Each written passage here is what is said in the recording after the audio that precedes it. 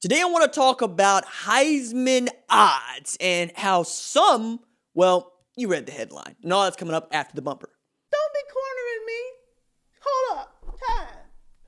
You gotta help me with that corner shit.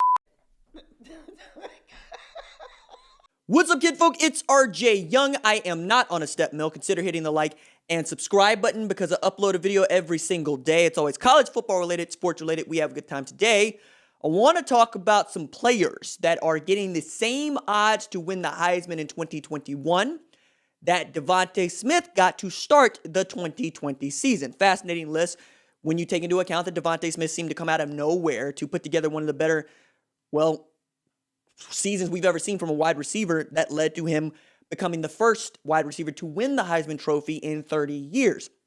Now, the odds of him winning the Heisman Trophy to start last season were plus 5,000, right? Lay down $100, win $5,000. Now, who else of note fits that bill? Like a couple weeks ago, I asked the good folks at Fox Bets what would be the Heisman odds for Chris Olave, seeing as his announcement that he returned caught so many of us off guard, said plus 10,000, all right? So about the same as Sincere McCormick at UTSA, who is the best tailback none of y'all have ever heard of. Now, others that are receiving plus 5,000 odds, like DeVonta Smith did to start the 2020 season for this 21 season, are Malik Cunningham at Louisville, who I thought was actually pretty doggone good. I think it's going to take a lot for him to win the Heisman Trophy, not the least of which would be winning the ACC championship, which means you would have beaten Clemson and you would have qualified for the college football playoff after probably going through the season undefeated. That's what I think it would take for Malik Cunningham, and I just don't see that the Cardinals have that sort of team in 21 to get it done, though. Again, who would have thought DeVonta Smith would have been the guy to win the Heisman Trophy? A lot of things had to go his way, not the least of which is Jalen Waddle getting hurt. Nobody wishes Jalen Waddle got hurt. But we all admit that if Jalen Waddle does not get hurt, DeVonta Smith probably does not even sniff the Heisman Trophy. But that's wild to think that Jalen Waddle was a better player than DeVonta Smith for so long and what Jalen Waddle might have been able to do if he was fully healthy.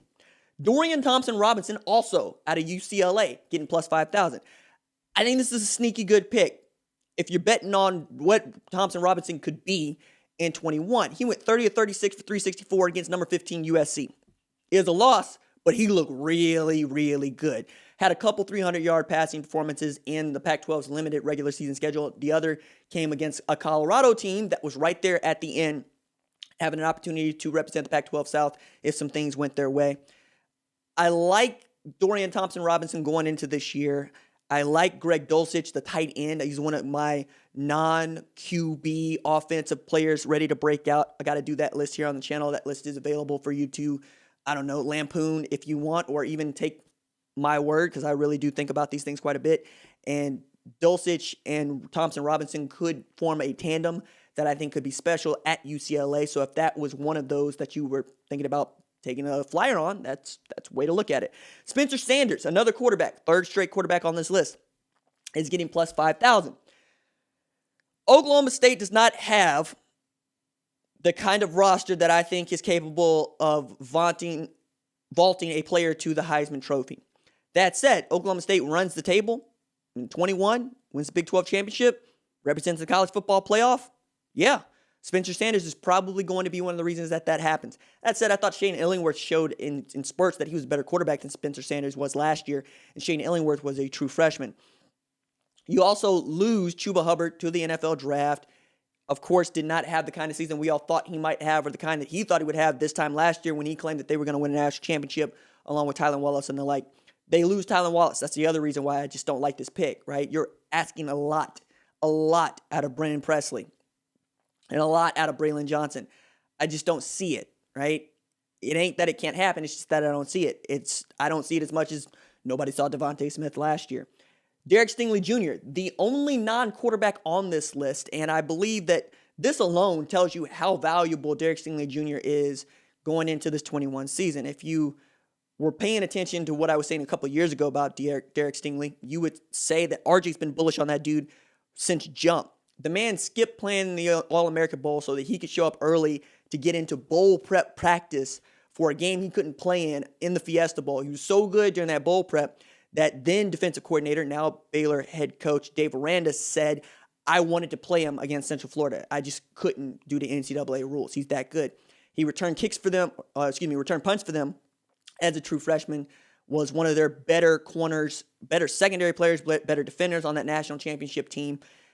LSU had a down year last year. I expect they could win 10 games. They could be undefeated by the time they face Alabama to start the season because their schedule is laid out as such. Derek Stingley Jr. is also that dude that Ed Orgeron said a couple years ago he planned to see play both ways. And you know what? They might have to because they lost Racey McMath. They are also probably going to lose Eric Gilbert. We'll see, right? Just holding on to Elias Ricks for now. We'll see. Cordell Flott comes back. I think that with Derek Stingley Jr. leading that secondary, they could be really outstanding and really great. And I think he's a front runner for the Bednarik and the Nagurski Awards, to say nothing of the Paycom Jim Thorpe Award. I'm going to have my eye on him. I've had my eye on him for years, and I was stumping for him as a true freshman. He plays the way that he's been playing, shows the kind of character he's been showing. I expect him to be there at the end, so keep your eye on Derek Stingley Jr. Another guy that I put up there is Mike Rose out of Iowa State, Will McDonald out of Iowa State. Really, really great players that I think everybody needs to know about going into the 21 season. Last on the list, the guy in the headlines, CJ Stroud. This is going to probably cause some consternation inside the Miller household where, Jack Miller is ostensibly in a quarterback battle with CJ Stroud to be the starting quarterback for the Ohio State Buckeyes. That said, they added a 5-star quarterback in Kyle McCord in December. The new rankings vaulted him into 5-star status. So you basically got 2 4-stars and 5-star on your depth chart right away. It's a great place to be if you're Ryan Day. Stroud also has the same sort of makeup and the same sort of game as Justin Fields. So if you're looking to replace him right away, perhaps that's the way you look. But Jack Miller made a living behind an offensive line that was absolutely bad coming out of Arizona and set records while he was in Arizona. You can't go wrong with either one of those guys, but I think it speaks to how the public feels about CJ Stroud and that he's getting plus 5,000. Whether or not Ryan Day sides with the public is something else entirely. But the CJ Stroud hive has been loud. It will continue to be loud. I could put up a poll right now asking who they think the starting quarterback would be for the Ohio State Buckeyes. CJ Stroud would probably win the poll. Now, can he win the quarterback battle?